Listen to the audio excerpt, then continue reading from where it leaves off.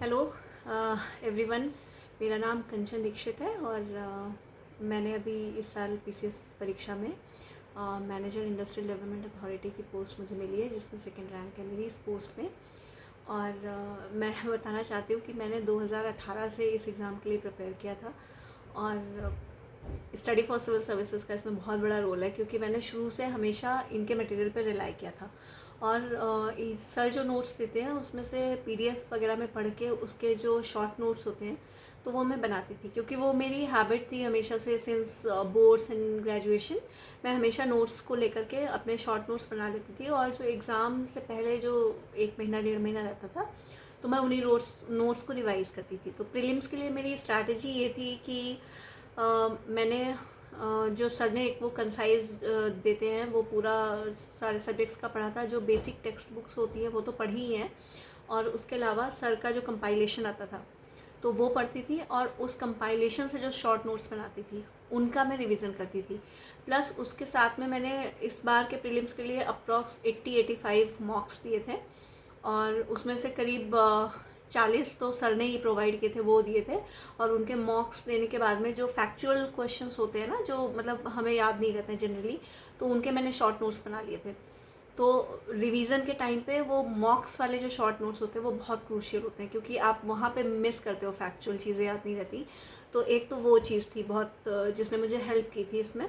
और time to time मैं एक चीज़ कहना चाहूँगी, मैं उसके लिए ज्ञान सर, अजीत सर, प्रशांत सर, आर्या मैम, सबको बहुत बहुत थैंक्स कहना चाहती हूँ। इन लोगों का बहुत इंपॉर्टेंट रोल है, क्योंकि मुझे याद है मुझे जब डाउट होता था कोई भी तो मैं रात को 3 बजे 4 बजे भी डालती थी क्वेरी, और मुझे उस टाइम पे भी रिप्लाई मिलता था। तो मतलब बहुत हार्ड वर्किंग टीम है।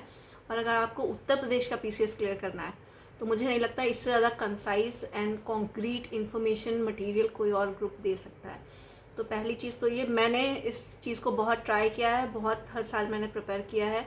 तो मैंने तो थॉरली इसके ऊपर पूरा ट्रस्ट किया, और ज्ञान सर के ऊपर और पूरी टीम के ऊपर एससीएस की मुझे बहुत बिलीव था कि ये लोग मेरी बहुत हेल्प कर रहे हैं। और हमेशा मैंने इन लोगों के फीडबैक्स को बहुत पॉजिटिव वे में लिया, तो उसका मुझे रिज़ल्ट भी मिला है अभी। तो ये तो हो गई प्रीलिम्स की स्ट्रैटेजी। इसके अलावा जब मेंस था तो मेंस के लिए मैं आंसर राइटिंग ग्रुप मैंने लिया था, और मैंने अभी नहीं, मैंने 2018 में भी लिया था, क्योंकि हर बार प्रीलिम्स में कुछ कुछ पॉइंट से ही मिस करती थी। तो मैं मेंस के लिए आंसर राइटिंग तो कर ही रही थी।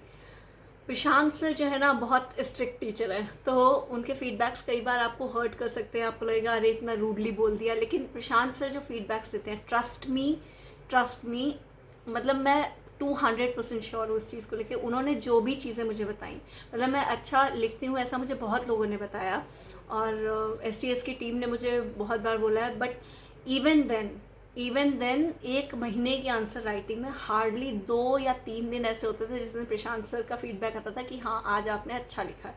अदरवाइज़ वो हमेशा उसमें बताते थे करेक्शन, और पॉइंट्स ऐड कराते थे, माइनस क्या करना है, ऐड क्या करना है, कैसे आप अपने आंसर को स्टैंड आउट कर सकते हो, कैसे आप उसमें और क्या क्या चीज़ें इंक्लूड कर सकते हो। क्योंकि एग्जामिनर जो है ना आपको जानता नहीं है, तो वो आपकी कॉपी से ही जज करता है। तो आप अपनी नॉलेज को बेस्ट पॉसिबल वे में पेपर पे कैसे लिख सकते हो, इस चीज़ के लिए मुझे नहीं लगता प्रशांत सर से अच्छा फीडबैक कोई दे सकता है। आपको बुरा लग सकता है, बट ट्रस्ट मी, मैंने सब कुछ सुना है और उनके एक एक चीज़ को मैंने फॉलो किया है, इम्प्लीमेंट किया है। मेंस एग्ज़ाम लिखने के पहले आंसर राइटिंग तो मैं कर ही रही थी रेगुलरली, क्योंकि रेगुलरली वो 4 क्वेश्चंस आते थे, वो तो मैं करती थी। उसके अलावा मैंने 1 महीने पहले से करीब मैंने पीसीएस के पिछले 10 साल के पेपर्स लगाए थे मेंस के, और यूपीएससी के भी 2-3 साल के मैंने पेपर्स अटेम्प्ट किए थे। और मेंस के जस्ट 15 दिन पहले से मैं रेगुलरली लिख रही थी, मतलब हर दिन मैं एक पेपर देती थी। तो वो चीज़ थी। तो लिखने की प्रैक्टिस बहुत करनी पड़ेगी, बहुत करनी पड़ेगी मुझे। मैंने अपने घर में, क्योंकि मैं तो अपने रूम में लिखती थी, तो अपने रूम में अपनी हाइट और उसके हिसाब से सेटिंग कर रखी थी। बट एग्जामिनेशन हॉल में आपको जो मिलता है उसी के हिसाब से करना पड़ता है। तो जैसे मैंने लिखा था तो वो टेबल काफ़ी ऊंची थी, तो मुझे ये राइट शोल्डर में काफ़ी ज़्यादा इंजरी भी हो गई थी। But even then you have to compromise on that. तो कोई भी सर्कमस्टांसेस हो, you have to attempt the full paper. तो मैंने अपने मेंस में एक भी क्वेश्चन नहीं छोड़ा था, मतलब out of 20 I have attempted all 20, और इन टाइम मैंने पेपर कंप्लीट किया था। और सोशियोलॉजी मेरा ऑप्शनल था, तो उसके ऊपर भी मैंने बहुत सारे डायग्राम्स और बहुत सारे डेटा इंक्लूड किए थे। मतलब कम टाइम में आप ज़्यादा कैसे लिख सकते हैं, इसको प्रशांत सर इसमें आपको मास्टर कर देंगे अगर आपने उनका जो है इवैल्यूएशन ठीक से किया, मतलब फॉलो कर लिया तो। क्योंकि उन्होंने मुझे एक चीज़ बताई थी कि मेंस में आप पॉइंट्स में अगर आंसर लिख रहे हैं तो पॉइंट्स में आंसर लिखने के साथ साथ अगर आप डायग्राम को इंक्लूड कर रहे हैं तो उस डायग्राम में वो इन्फॉर्मेशन होनी चाहिए जो आपके पॉइंट्स में नहीं लिखी है। तो ये चीज़ एग्जामिनर को ये बताता है कि आपने बहुत थॉरोली स्टडी की हुई है, मतलब आपने जो पॉइंट्स लिखे उसके अलावा आपके पास एडिशनल नॉलेज है जिसको आप डायग्रामेटिकल प्रेजेंटेशन में दे रहे हो। तो ये चीज़ मुझे लगता है बहुत हेल्पफुल हुई। प्लस उसके अलावा मैंने एक काम किया था जो आप लोग भी कर सकते हैं, मैं आपको दिखाती हूँ। जैसे हर एक टॉपिक के ऊपर ना मैंने ये देखिए ऐसे करके छोटे छोटे से नोट्स बना लिए थे, है ना। तो हर चीज़ के ऊपर छोटा छोटा, तो आप एक ऐसी छोटी सी डायरी बना सकते हैं और लास्ट मोमेंट पे इसको इंक्लूड कर सकते हैं। जैसे कि फॉर एग्जांपल वाटर स्कार्सिटी के ऊपर मैंने एक ग्राफ याद कर लिया था, तो मुझे पता था कि अगर वाटर स्कार्सिटी पे क्वेश्चन आएगा तो मैं इस ग्राफ को इंक्लूड करूँगी।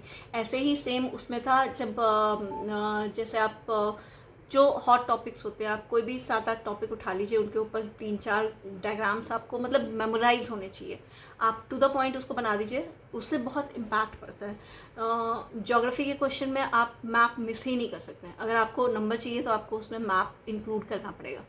तो ये मेरी मेंस की स्ट्रैटेजी थी।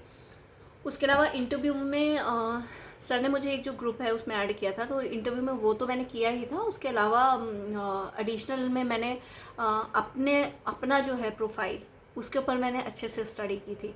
जैसे कि जो मेरा ग्रेजुएशन था, जो मेरा पोस्ट ग्रेजुएशन था, मेरा ग्रेजुएशन बीएससी है बॉटनी केमिस्ट्री में, और मेरा पोस्ट ग्रेजुएशन है एमबीए फाइनेंस एंड मार्केटिंग में। तो मैंने उसके ऊपर थॉरली स्टडी की हुई थी पूरा। उसके मतलब थोड़ा सा ब्रीफ था, आपके ऊपर ज़्यादा वो ग्रेजुएशन और उससे पूछते नहीं है क्योंकि वो लेटेस्ट में ज़्यादा पूछते हैं। मेरा वर्क एक्सपीरियंस है मीडिया इंडस्ट्री में 6 ईयर्स का। तो इंटरव्यू में तो मैंने मतलब सोच लिया था कि मैं अपना इंटरव्यू कैसे भी मौका मिलेगा तो मैं वर्क एक्सपीरियंस की तरफ टर्न करूँगी, क्योंकि बोर्ड मेंबर्स के पास आपकी ज़्यादा इन्फॉर्मेशन नहीं होती है। तो अगर आप उनके पास कुछ ज़्यादा इन्फॉर्मेशन नहीं होगी तो ऑब्वियसली उनके पास क्वेश्चंस उतने ज़्यादा नहीं होंगे, तो you have to give the information, then only interview आपके हिसाब से चल सकता है। अदरवाइज फिर वो फैक्चुअल पे आ जाते हैं, और फैक्चुअल में ये होता है कि आप एक साथ अगर 4-5 आंसर्स नहीं कर पाए तो आपका मोरल और आपका सेल्फ कॉन्फिडेंस ऑलरेडी इतना लूज़ हो जाता है कि आप फिर आगे कोप अप नहीं कर पाते हो इंटरव्यू में। तो मेरा इंटरव्यू जो हुआ था तो उसको मैंने फर्स्ट क्वेश्चन में ही सर को बता दिया था। उन्होंने मुझसे पूछा था कि आप क्या कर रही हैं आजकल, तो मैंने सोचा था बस यही मेरे पास अपॉर्चुनिटी है अपने इंटरव्यू को उस डायरेक्शन में ले जाने की। तो मैंने उनको बता दिया था कि सर अभी तो मैं फुल टाइम प्रिपरेशन कर रही हूँ, बट मैंने इससे पहले मीडिया में 6 साल काम किया हुआ है।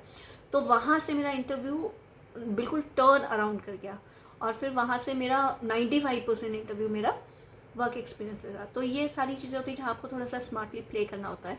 और उसके अलावा सर की पूरी टीम इतनी मेरी हेल्प की है, इतनी मेरी हेल्प की है कि मेरे पास वर्ड्स नहीं है उनको थैंक्स करने के लिए। और मैं बहुत बहुत बहुत ग्रैटिट्यूड है मेरा इस के लिए। और मैं जब भी आऊँगी ज्ञान सर, मैं डेफिनेटली आपसे मिलती हूँ, और मुझे वो स्टडी फॉर सिविल सर्विसेज की ग्रीन बैकग्राउंड के साथ में फ़ोटो भी चाहिए आपके साथ। और thank you so much to the whole team. And I hope कि बाकी और भी बच्चे उनको अगर मेरी इस वीडियो से थोड़ी हेल्प मिले तो वो लोग इम्प्लीमेंट करेंगे सारे पॉइंट्स को। आई थिंक अच्छा रहेगा, और I wish all of you all the best, and thank you so much.